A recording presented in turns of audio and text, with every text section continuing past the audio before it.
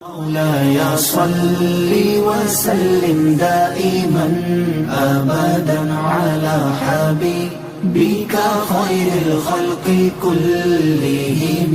مولاي صل وسلم دائما أبدا على حبيبك خير الخلق كلهم. مولاي صل وسلم دائما أبدا. نحمده ونصلي ونسلم على رسوله الكريم. اما بعد فاعوذ باللہ من الشیطان الرجیم. بسم اللہ الرحمن الرحیم. یا ایہا الناس قد جاءکم برہان من ربکم وانزلنا الیکم نورا مبینا. صدق اللہ العلی العظیم وصدق رسولہ النبی الکریم ونحن علی ذلک لمن الشاہدین والشاکرین والحمد للہ رب العالمین. حضرت گرامی، اللہ تعالیٰ کا بے پایاں کرم ہے کہ اس نے ہمیں امت مصطفیٰ صلی اللہ علیہ وسلم میں پیدا فرمایا، اور اس سے بھی بڑھ کر شکر اس بات پر کہ امت میں سے ہمیں اس گروہ میں شامل فرمایا جو محبت رسول صلی اللہ علیہ وسلم دلوں میں رکھتے ہیں. نبی صلی اللہ علیہ وسلم سے پیار اور الفت اور محبت یہ ہر ایک کے حصے میں نہیں آتا. ہر ایک کا خاصہ نہیں کہ وہ نبی صلی اللہ علیہ وسلم کی محبت کو دل میں سما سکے. وہ خواجہ محمد جعفر فریدی نے بڑا خوبصورت کہا تھا کہ ہر ایک کا حصہ نہیں دیدار کسی کا، بو جہل کو محبوب دکھائے نہیں جاتے. محبت رسول صلی اللہ علیہ وسلم یہ جسے مل جاتی ہے وہ کائنات کا خوش قسمت ترین انسان ہوتا ہے. اسے کچھ اور ملے نہ جا ملے، لیکن محبت رسول ہی اس کو تمام دنیا کی حاجات سے بے نیاز کر دیتی ہے. اس لیے اس پر بھی ہم شکر ادا کرتے ہیں کہ ہمیں اس گروہ میں شامل کیا کہ جو محبت رکھتے بھی ہیں اور محبت کا اظہار بھی کرتے رہتے ہیں. یہ یقیناً ہمارے اعمال میں کوتاہیاں ہوں گی، اعمال میں کچھ کمیاں بھی ہوں گی، لیکن محبت رسول صلی اللہ علیہ وسلم اگر دل میں ہے تو وہ اعمال کی کمزوریوں کو بھی پردہ ڈال دے گی، اور اگر محبت رسول نہیں ہے تو پھر اعمال بھی انسان کے کام آنے والے نہیں ہیں. وہ خواجہ قطب الدین فریدی نے بڑا خوبصورت کہا تھا کہ لوگ تو حسن عمل لے کے چلے سوئے حشر، لوگ تو حسن عمل لے کے چلے سوئے حشر، کہ لوگ تو بڑے اعمال لے کر جائیں گے، قیامت میں آئیں گے بڑی نمازیں، حج، زکوٰۃ، سجدے. یقیناً یہ عبادات ہیں، بڑے بڑے دعوے کر کے آئیں گے کہ بڑی عبادت کی ہے، لیکن ہمارے پاس کیا ہوگا؟ پیر صاحب فرماتے ہیں لوگ تو حسن عمل لے کے چلے سوئے حشر، سرورا ہم تو فقط تیرے سہارے ہوں گے. ہمارا آسرا کیا ہے، ہمارا سہارا کیا ہے؟ وہ محمد مصطفیٰ صلی اللہ علیہ وسلم کی ذات گرامی ہے.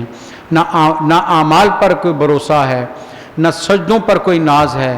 ناز ہے تو غلامی مصطفیٰ صلی اللہ علیہ وسلم میں.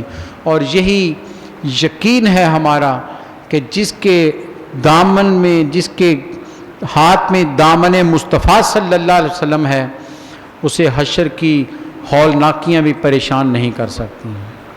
اس لیے نبی صلی اللہ علیہ وسلم کی آمد پر، اور یہ بھی ذہن میں رکھیں، نبی صلی اللہ علیہ وسلم کا نام نامی ذکر مبارک پہچان ہے انسانوں کی. یہ پہچان کر دیتا ہے.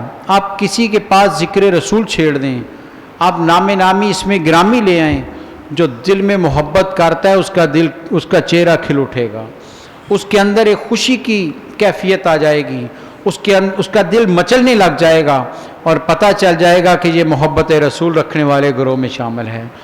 آپ کا ذکر ہی انسانوں کی پرکھ کر دیتا ہے کہ یہ ایسا مبارک ذکر ہے کہ جس سے انسان کے اندرونی کیفیات ہی نہیں، باہر کی کیفیات کا بھی اظہار، ہر طرح کی کیفیات سامنے نکھر کر آ جاتی ہیں. اس لیے نبی صلی اللہ علیہ وسلم کی آمد کا لمحہ قریب آ رہا ہے، اور آپ دیکھ لیجئے ایمان والوں کے چہرے کتنے خوشی سے کھلے ہوئے ہیں، ایک دوسرے کو مبارکباد دے رہے ہیں، خوشی کا اظہار کر رہے ہیں۔ کیوں کر رہے ہیں؟ کیونکہ خبر ہے ہمیں کہ ہم یقیناً دکھوں کے مارے ہیں، ہم زمانے کے ستائے ہوئے ہیں، دنیا میں ہر لمحہ انسان کو تکلیف پہنچتی ہے، کوئی مالی پریشانی میں ہے، کوئی جسمانی بیماری میں ہے، کوئی ذہنی اذیت میں مبتلا ہے۔ دنیا لمحہ لمحہ انسان کو تنگ کرتی ہے، اپنے بھی کرتے ہیں، بیگانے بھی کرتے ہیں۔ انسان کے لیے دنیا میں رہنا اتنا آسان نہیں ہے۔ زندگی کیا ہے؟ وہ کہا تھا شاعر نے کہ زندگی وہ ہر لمحہ جس میں درد کے پیوند لگے جاتے ہیں، ہر لمحے درد ملتا ہے، ہر لمحے انسان پریشان رہتا ہے، بے سکونی بڑھتی ہے۔ اس پریشانی، غم، بے سکونی کے عالم میں اگر راحت، سکون اور چین نصیب ہوتا ہے تو وہ ذکر مصطفیٰ صلی اللہ علیہ وسلم، آپ کا نام نامی ذکر خیر ہے۔ وہ منیر نیازی نے اس نے قتیل شفائی نے بڑا خوبصورت کہا تھا کہ میں کہ ایک برباد ہوں آباد رکھتا ہے مجھے، میں تو زمانے کے ہاتھوں برباد ہو چکا ہوں، میرا کوئی بھی عمل سیدھا نہیں ہے، پریشانیاں، غم مجھے الجھا چکے ہیں، میں کہ ایک برباد ہوں آباد رکھتا ہے مجھے، دیر تک اس میں محمد شاد رکھتا ہے مجھے۔ یہ نام نامی اتنی سرشاری دے دیتا ہے، ایسی کیفیت اور مستی میں لے آتا ہے کہ سارے غم بھول جاتے ہیں، انسان کے اندر اطمینان اور سکون آ جاتا ہے۔ اس لیے ہم خوشی منا رہے ہیں کہ لوگوں، ہمیں خبر ہے کسی کو اس کا دوست مشکل میں کام آتا ہوگا، اسے ناز ہوگا کہ میری دوستی مجھے بچائے گی، کسی کو رشتہ داری پر ناز ہوگا کہ مجھے مشکل سے نکال لے گا، کسی کو اپنے منصب پر ناز ہوگا کہ یہ منصب مجھے ہر تکلیف سے بچائے گا، کسی کو اپنی دولت پر گھمنڈ ہوگا کہ ہر تکلیف کو میں دور کر لوں گا۔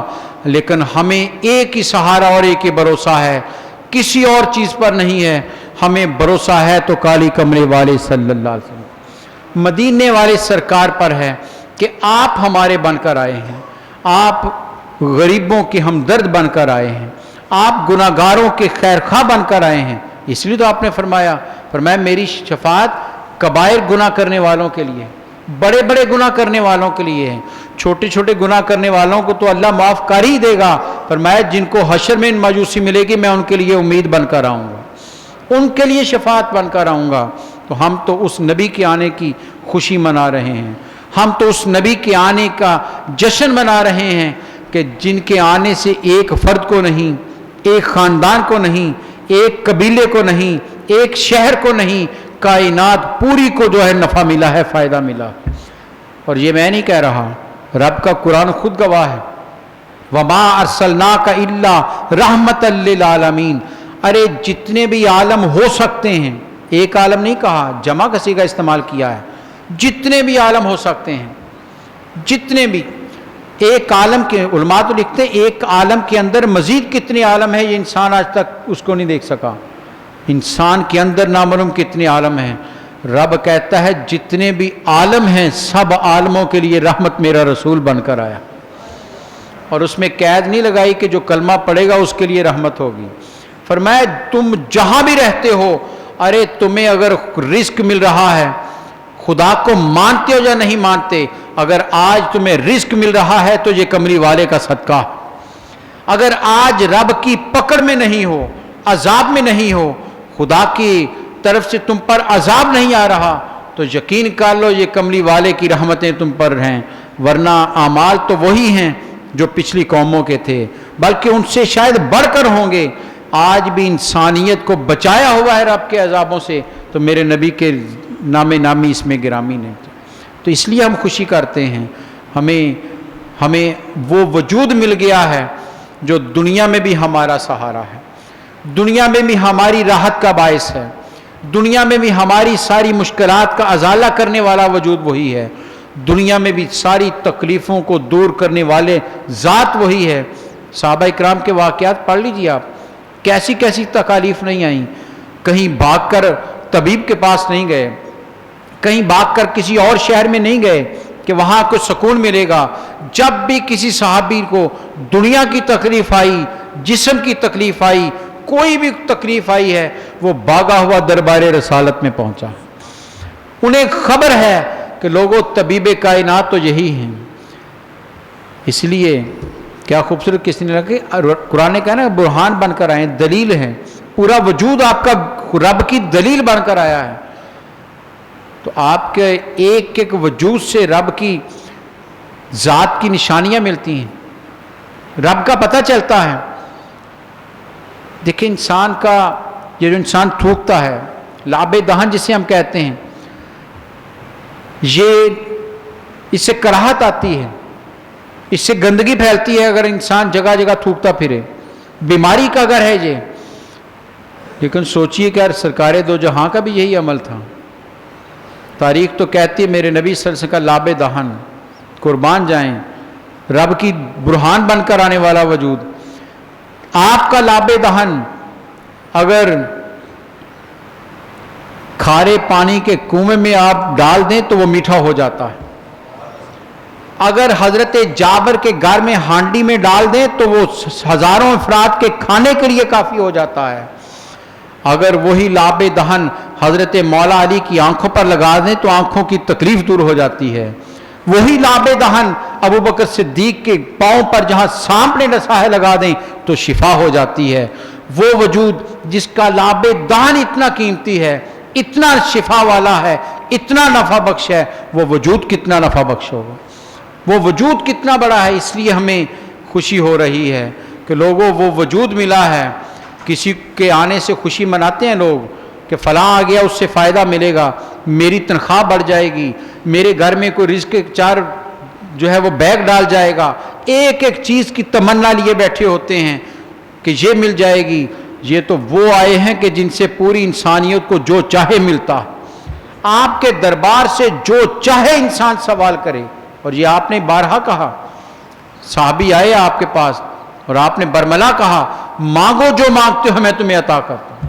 یہ نہیں کہا کہ فلاں چیز مانگ لو، اور میں جو چاہے سوال کرو میں تمہیں عطا کرتا ہوں. کیوں؟ رب نے اپنے خزانوں کی کنجیاں دے کر میرے سرکار کو بھیجا ہے. اس لیے آج جس کو جو بھی مل رہا ہے میرے نبی صلی اللہ علیہ وسلم کے کرم سے مل رہا ہے.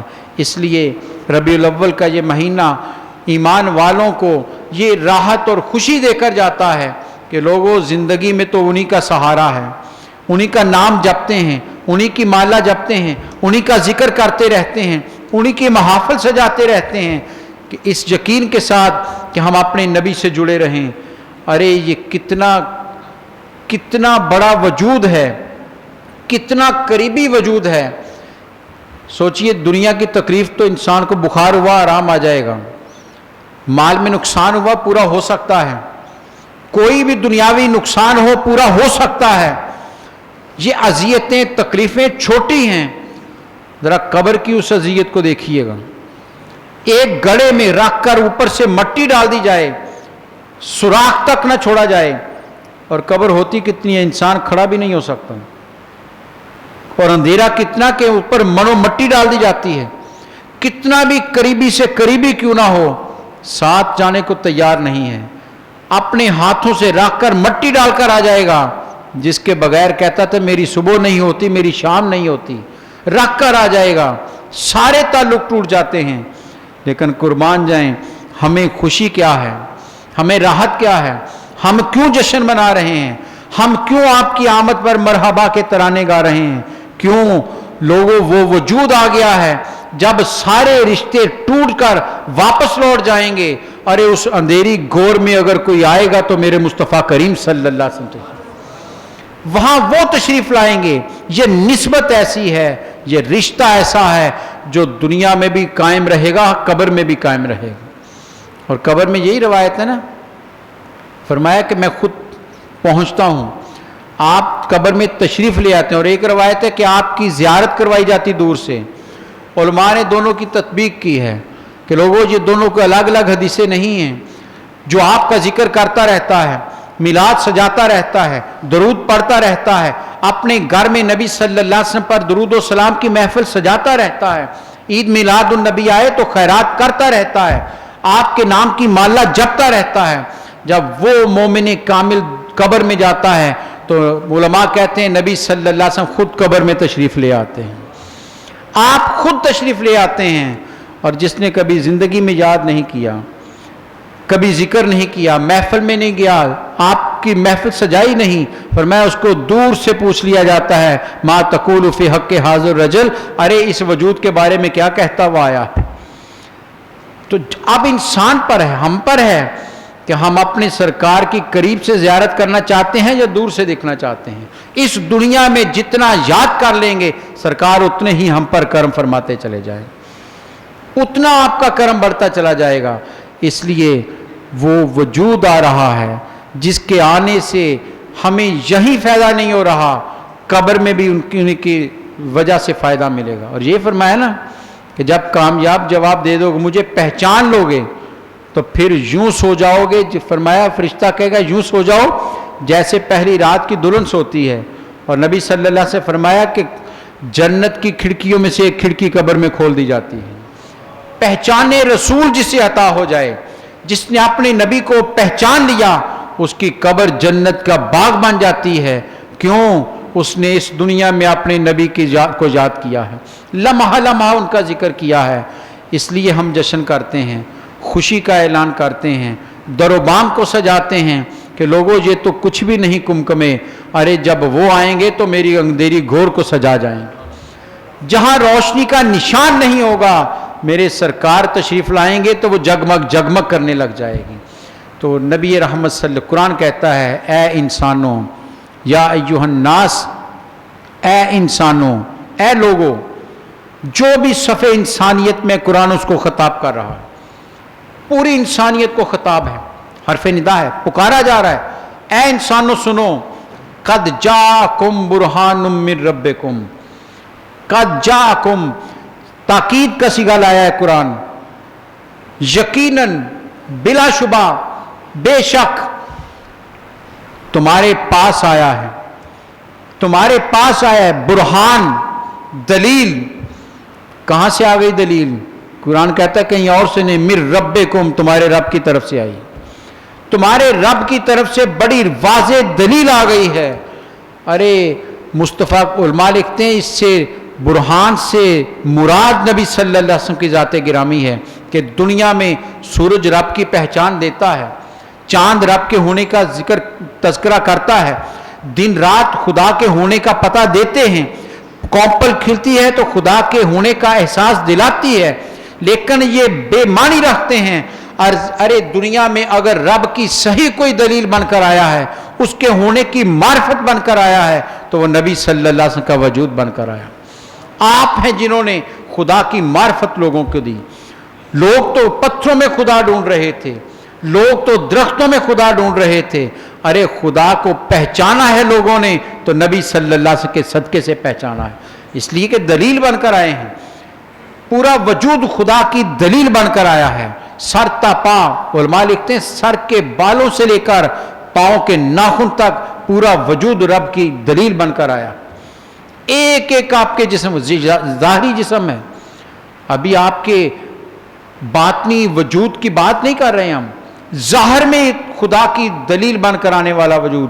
قرآن کہہ رہا ہے لوگوں تمہیں خدا کی معرفت کبھی نہ ملتی، تم تو بکھر چکے تھے، تم تو منتشر ہو چکے تھے، تم تو الجھ چکے تھے خدا کے تصور میں. جو بڑے بڑے عقل پر گھمنڈ کرنے والے تھے، فلسفی یونان کے، وہ بھی پتھروں کو سجدہ کر رہے تھے. بڑا ناز تھا اپنے علم پر، بڑا ناز تھا اپنے فلسفے پر، وہ تو پتھروں کو سجدہ کر رہے تھے. کوئی سورج کو سجدہ کر رہا تھا. ارے تمہیں ان جگہ جگہ کے خداؤں سے بچا کر اس حقیقی خدا کی معرفت اگر دی ہے تو نبی صلی اللہ علیہ وسلم کی ذات نے دی. اس لیے فرمایا برہان ہے تمہارے پاس. اب رب کو پہچاننا ہے، رب کے پاس جانا ہے تو کوئی اور دلیل نہیں ہے، کوئی اور راستہ نہیں ہے. رب کو ماننے کا ایک ہی ذریعہ ہے کہ نبی صلی اللہ علیہ وسلم کو مان لیا جائے.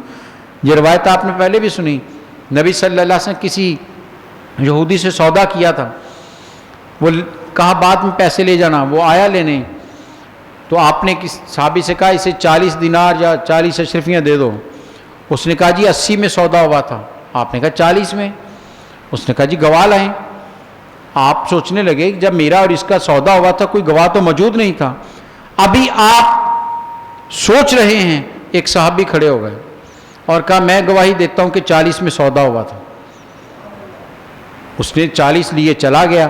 نبی صلی اللہ علیہ وسلم نے اس سے پوچھا کہ تم تو وہاں موجود ہی نہیں تھے, تم نے کیسے گواہی دے دی؟ تو صحابی نے یہ ہے, یہ ایمان ہے, یہ محبت ہے. اس نے کہا یا رسول اللہ صلی اللہ علیہ وسلم یہ 40 دینار کی کیا حیثیت ہے؟ ہم نے تو اس ان دیکھے خدا کو اپنی زبان پر مان لیا. ہم نے تو خدا کو مان لیا ہے. یہ 40 دینار کی کیا حیثیت ہے؟ جب خدا کی معرفت ہمیں آپ سے مل گئی ہے پھر باقی کوئی چیز کوئی معنی نہیں رکھتی ہے. تو قرآن کہہ رہا ہے لوگوں خدا کی برہان تمہارے پاس آ گئی ہے, اس لیے ہم اس پر آپ کی آمد پر خوشی کا اظہار کرتے ہیں کہ ہمیں وہ وجود مل گیا جس نے ہمیں خدا کا راستہ دے دیا, خدا تک پہنچا دیا ہمیں, ورنہ ہم خدا کو کہاں پہنچا. مجدد عرب ثانی نے یہی کہا تھا نا کہ رب کو مانا ہے لیکن رب مصطفیٰ کو مانا ہے, براہ راست نہیں مانا. رب مصطفیٰ کو مانتا ہوں, جو میرے نبی کا خدا ہے وہی میرا خدا. تو یہ دلیل قرآن کہتا ہے بن کر آئی ہے تمہارے رب کی طرف سے. اور وَأَنزَلْنَا إِلَيْكُمْ نُورًا مُبِينًا, اور ہم نے تم پر بڑی روشن جو ہے وہ کتاب نازل کی ہے, قرآن نازل کیا, بڑا چمکتا ہوا قرآن نازل کیا ہے. ذکر رسول پہلے کیا ہے, قرآن کا ذکر بعد میں کیا ہے کہ لوگوں صاحب قرآن کو مانو گے تو قرآن فیض دے گا. اگر صاحب قرآن سے نسبت نہیں ہے تو قرآن بھی تمہیں فیض نہیں دے سکتا. آئیے اس ربیع الاول میں آپ کی آمد کے تذکرے کرتے ہوئے آپ کا اتنا ذکر کریں, اتنے آپ کے تذکرے کریں کہ نبی صلی اللہ علیہ وسلم خوش ہو کر اپنی رحمت کی نظر ہم پر کر دیں. پیر نصیر الدین نصیر نے کہا تھا نا بڑا خوبصورت کہ زمانہ تو ستا رہا ہے, دنیا تو تنگ کر رہی ہے, سہارا کہاں سے ملے گا. آپ نے بڑی خوبصورت بات کہی کہ سر پہ رکھ دیجئے ذرا دست تسلی آقا. یا رسول اللہ صلی اللہ علیہ وسلم اپنی کرم والے ہاتھ کو ہمارے سروں پر رکھ دیجئے, ستائے میں اپنے کرم والے اس ہاتھ کو دست مبارک کو ہمارے سر پر رکھ دیجئے. سر پہ رکھ دیجئے ذرا دست تسلی آقا, غم کے مارے ہیں, زمانے کے ستائے ہوئے ہیں, دنیا کے دھتکارے ہوئے ہیں, دنیا کے ہمیں لوگ ستا رہے ہیں. آپ کا دست رحمت آئے گا تو سب تکلیفیں دور ہو جاتی ہیں. سوچئے زمین پر بیٹھے ہوئے لتاڑے ہوئے انسانوں کو جنہیں کوئی پوچھتا نہیں تھا, جنہیں تہذیب کا پتہ نہیں تھا, جسے علم کا پتہ نہیں تھا, جو تمدن نہیں جانتے تھے, ان لوگوں کو دنیا کی حکمرانی میرے رسول نے عطا کی ہے. کیسر و کسرا کے تخت پر ان کے قدم میرے نبی کے آنے کی وجہ سے لگے ہیں, ورنہ وہ تو وہ تھے کہ وہاں کوئی بادشاہ بھی آنے کو تیار نہیں, عرب میں تو کوئی حکومت کرنے کو تیار نہیں تھا. لیکن میرے نبی کے دامن سے وابستہ ہوئے تو ایران اور شام اور مصر اور روم ساری کی سلطنتیں مسلمانوں کے قبضے میں آئیں. پوری دنیا پر حکومت کی ہے مسلمانوں نے. اس لیے حضرت عمر فاروق کی وہ بات یاد آتی ہے, آپ بیت المال کے اونٹ چرا رہے تھے, اونٹ چر رہے ہیں اور حضرت عمر فاروق امیر المومنین 22 لاکھ یا 24 لاکھ مربع میل پر حکومت کرنے والا, آپ بیت المال کے اونٹ چرانے کے لیے گئے ہیں, اونٹ خود بخود چر رہے ہیں, آپ ایک طرف بیٹھے ہیں اور زاروں قطار روتے جا رہے ہیں. کسی نے کہا امیر المومنین کیا ہوا, کیا یاد آ گیا, کیا تکلیف آئی ہے, کیا آپ اتنا رو رہے ہیں؟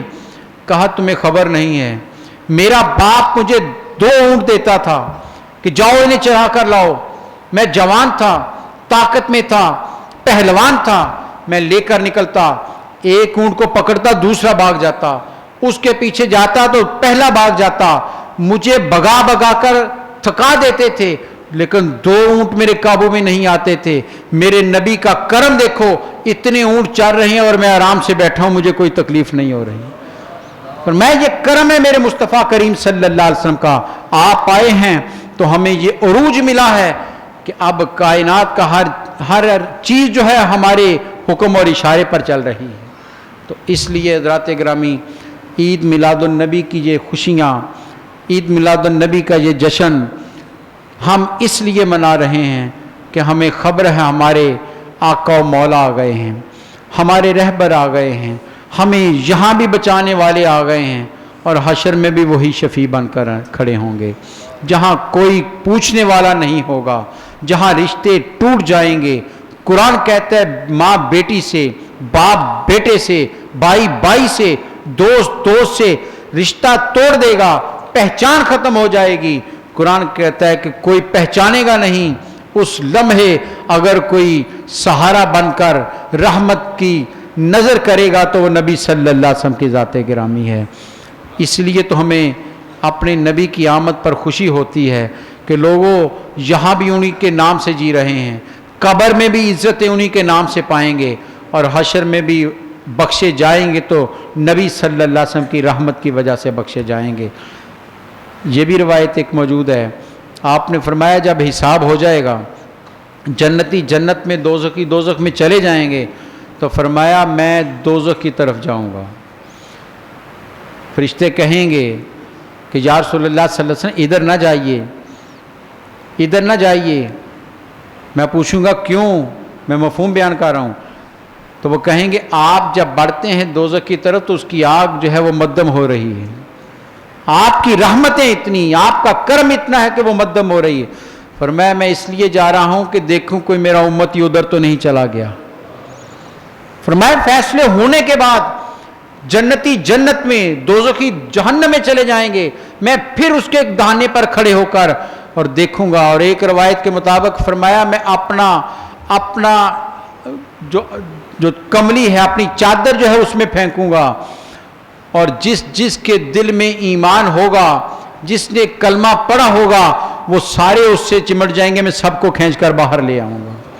میرے نبی کی طاق اس لیے ہمیں حوصلہ دے رہی ہے، آپ کی آمد ہمیں یہ ایک اطمینان دلا رہی ہے کہ لوگوں وہ وجود آ گیا ہے، اس لیے ان کے آنے کا شکر کرو، خوشی کا اظہار کرو۔ قرآن مجید کہتا ہے وَأَمَّا بِنِعْمَتِ رَبِّكَ فَحَدِّثْ، سورہ والضحیٰ میں جب رب کی کوئی نعمت ملتی ہے اس کو بیان کیا کرو، بیان کرو رب کی نعمت کو۔ ارے 4 پیسے ملے تو تذکرے کرتی ہو جی بڑا شکر ہے، آنکھ کی بصارت ٹھیک ہے تو کہتے ہو جی بڑا اچھا آنکھ دیکھتی، شکر ہے جی اس عمر میں بھی دیکھ رہی ہے۔ ارے یہ نعمتیں یقیناً رب کی نعمتیں ہیں، یہ چھوٹی نعمتیں ہیں، نعمت کبریٰ اگر ہے تو وہ نبی صلی اللہ علیہ وسلم کی ذات گرامی، اس لیے ان کا تذکرہ قرآن کہتا ہے بار بار کرو، ہر لمحے کرو، زبان ان کے تذکرے سے سرشار رہے کہ مولا وہ آئے ہیں تو سب کچھ ملا ہے، وہ آئے ہیں تو ہمیں سب عزتیں ملی ہیں، وہ آئے ہیں تو ہمیں آخرت کی امید بند گئی ہے، آخرت میں اگر بچنے کی امید ہے تو میرے نبی کے آنے کی وجہ سے ہے۔ اس لیے ہم انہی کا تذکرہ کرتے ہیں، انہی کو یاد کرتے ہیں، انہی کے استقبال کی تیاریاں کرتے ہیں کہ یا رسول اللہ صلی اللہ علیہ وسلم گھر بار سجا لیا ہے، در و بام سجا لیا ہے، پتا پتا گھر کا ایک ایک حصہ کونا میں نے جگمگ کر لیا ہے۔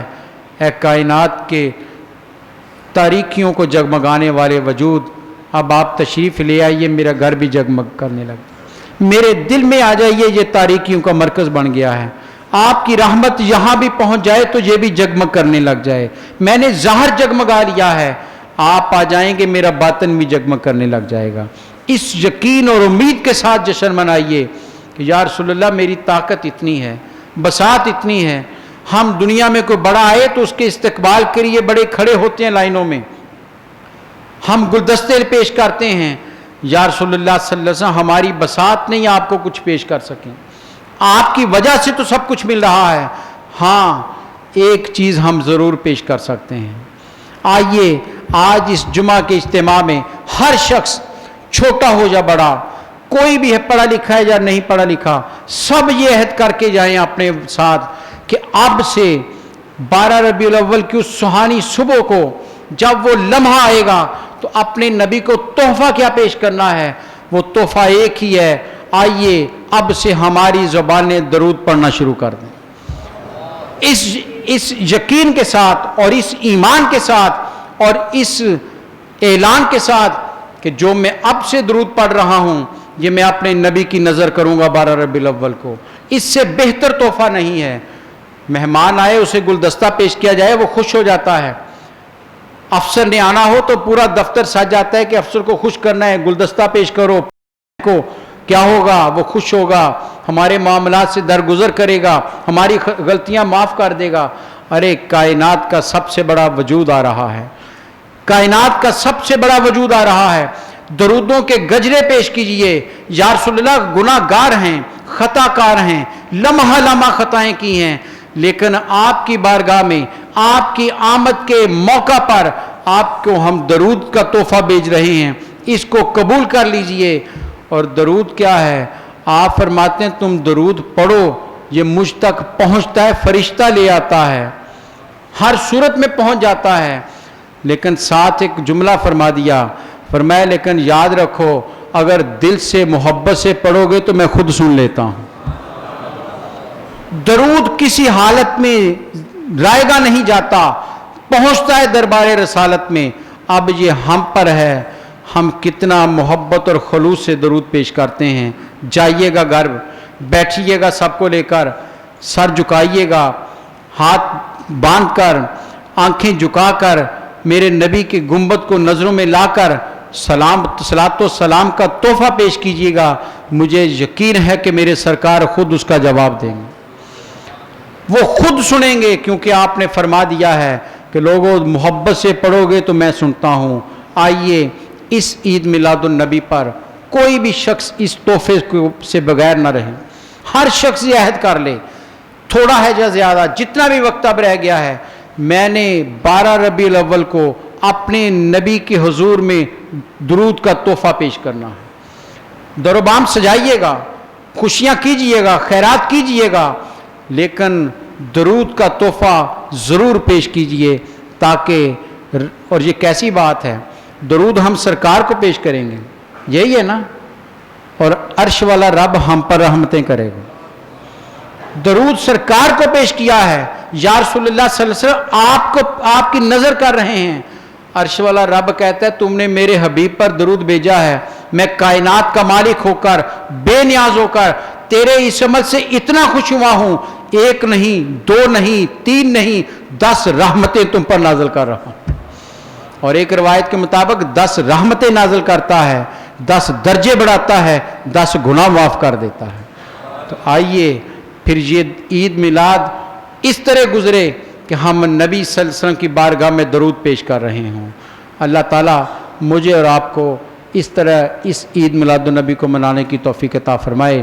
دوسری بات یہ ذہن میں رکھیے گا, پہلے بھی کہی, علماء بار بار کہہ رہے ہیں کہ حضرات گرامی, اسے محبت کے اظہار میں کوئی ایسا عمل نہ کیجئے گا جو زحمت بن جائے. بجائے وہاں سے رحمتیں سمیٹنے کے کہیں ہم اپنے گناہ ہی نہ لکھوا بیٹھیں, بےہودگی نہیں ہو, کوئی دنیا داری اس میں نہ ہو, کوئی زبان دیکھیں جس نبی کا جشن منا رہے ہیں پوری زندگی کبھی گالی نہیں دی, تو ہم میلاد رہے ہیں اور زبان پر گالی آئے. سوچئے گا ضرور, ایک وقار کے ساتھ گلی محلے میں کسی کو اذیت نہ ہو, تکلیف نہ ہو, اور کسی کو طنز کرنے کی بھی ضرورت نہیں ہے. جس پر شکر کیجئے کہ مجھے توفیق ملی ہے جشن منانے کی, اگر نہیں کسی کو ملی تو اس پر طنز نہ کیجئے, شکر کیجئے کہ مجھے اپنے نبی کی غلامی میں لے لیا ہے. اس لیے کسی کے لیے آزار نہ بنیے گا. گلی محلوں میں چلتے ہوئے آنکھوں میں حیا رکھیے, زبان کو میٹھا رکھیے, درود پڑھتے رہیے, ڈھول تماشے سے محفوظ رہیے, نعت پڑھیے گا. اگر سپیکر لگانا ہی ہے تو نعت پڑھیے گا, نعت کی محفل سجائیے گلی میں, ڈھول تماشا نہ ہو, بنگڑا نہ ہو, کہیں ایسا نہ ہو وہ کالی کملی والے ناراض ہو جائیں کہ میرا نام لے کر بےہودگی کر رہے ہو. ان چیزوں کو ملحوظ خاطر رکھنا ہے. اس طرح درود عید میلاد النبی منائیے. اللہ تعالی ہمیں صحیح طریقے سے عید میلاد النبی منانے کی توفیق عطا فرمائے. مولاي صل وسلم دائما أبدا على حبيبك.